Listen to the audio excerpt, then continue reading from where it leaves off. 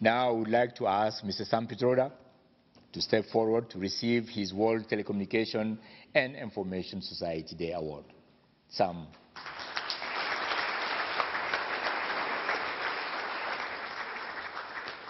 Thank you. Yes. Thank you. Thank you. Yes.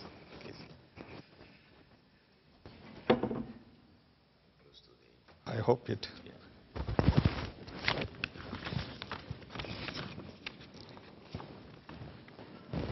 Dignitaries on the dais,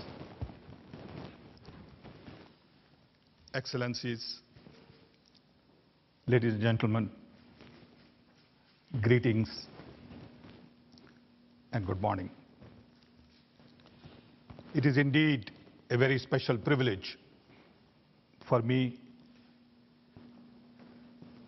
to be here to receive this award.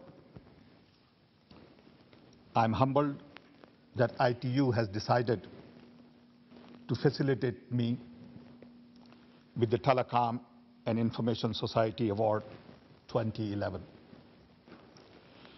First, I would like to congratulate my fellow recipient of the award, President Halonen and Christine Peterson, and laud them for the excellent, inspiring work that they have done in this field. Based on my own experiences for the last 45 years in telecom and IT, I'm convinced that technology is the greatest social leveler, second only to death. Telecom has far-reaching implications because of openness, accessibility, connectivity, democratization, decentralization, and as a result, social transformation. I would like to use this opportunity to tell you a little bit about my own journey, which is the journey of many of my colleagues, and the journey we have had in India on telecom and IT.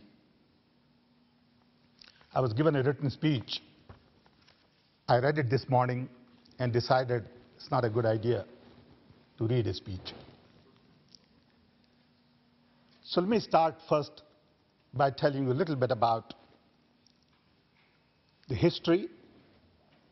Then I would like to spend a minute or two to tell you a little bit about what we are planning in India for the next 5 to 10 years to come.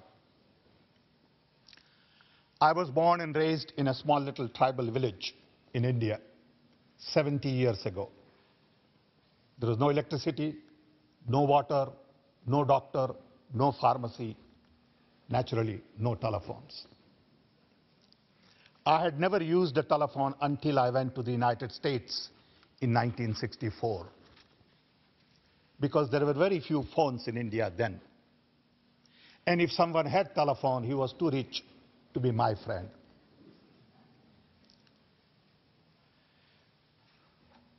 Having spent about 15 years in digital switching, design, development, and production in the US, I decided to turn my attention back to India in 1980-81. Then India had 2 million telephones for about 750 million people. It used to take 15 years to get telephone connection then. I had this dream to go from electromechanical to digital switching and digital networks in India in early 80s. I was lucky to get hearing from the Prime Minister. Then Rajiv Gandhi, who became Prime Minister in '85, to get all the backing and support that I needed to execute on some of these ideas. The key was to convince government that we needed indigenous development, digital switching, rural telecom, young talent, Indian industry, and really local focus to solve local problems. We started with a group of 500 young, average age of 23 in 1984. Build our own products, rural exchanges, big switches, set up our own fiber optics factory, and started real journey to build telecom at the same time, to use telecom for nation building. Today, we export $70 billion worth of software every year, year after year. We have our own large multinationals in IT and telecom. We have gone from 2 million telephones to 750 million. And we are adding 10 to 15 million new phones every month, month after month. India is a nation of connected billion.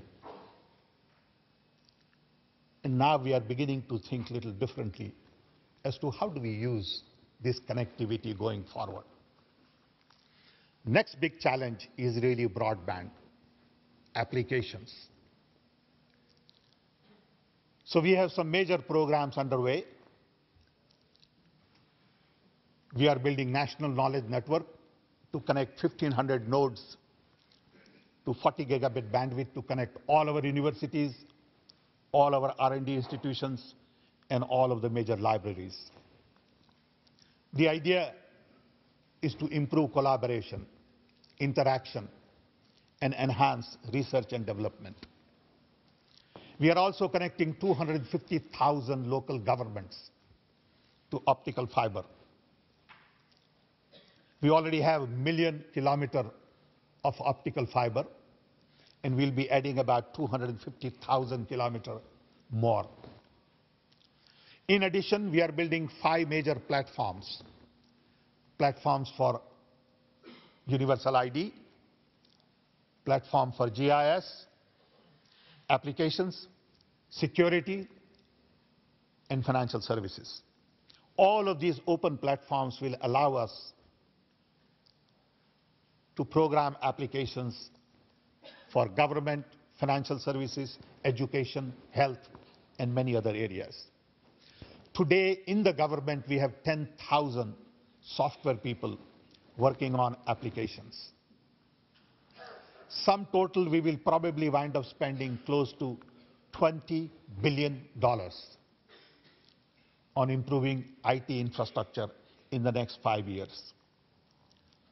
We are lucky to have the political will and the backing of the government to undertake major programs like this.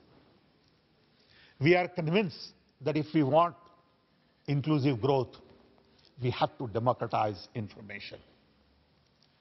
In a sense, in our country, we have 3 fundamental challenges: disparity, disparity between rich and poor, urban, rural, educated, uneducated. Demography. We have 550 million young below age of 25. We need to create 10 to 15 million new jobs every year, year after year. And we need to expedite the process of development. In all of these things, we believe ICT will play an important role in development. We have seen the benefits of ICT in creating wealth, creating prosperity, getting name recognition world over, and we believe ICT going forward is going to be equally critical and important for India. This journey will probably take another decade.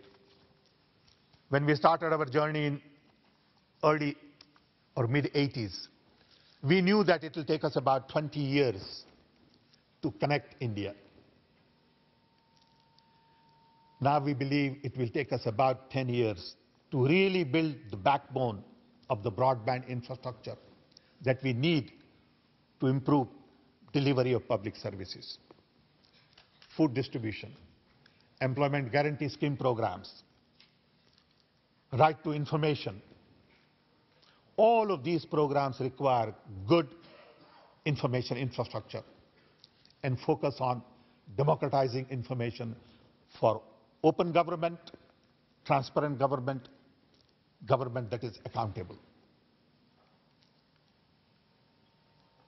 Finally, I would like to end by briefly touching upon my association with ITU. I started coming to ITU conferences in 1974. I had the privilege to work with this great institution. I know India has been very active at ITU. I have personally benefited from my engagement at conferences, meetings, discussions, debates. I also had the privilege to lead World Tel in mid-90s for ITU. I was also vice chairman of the ITU Advisory Committee in mid-90s. So I must say, in this journey, at my personal level, ITU has been a very important part. I look forward to my continuing associations with ITU. So I would once again like to thank ITU and the Secretary General Hamadun Ture for honoring me with this award, and also would like to sincerely thank all my Indian colleagues in the government, private entrepreneurs, scientific community, young talent who worked very hard. And without their support, this journey would have been very difficult. I know that for the next decade, we would need all of their support once again to leapfrog into the future. To me, real global peace and prosperity can only come from increased use of ICT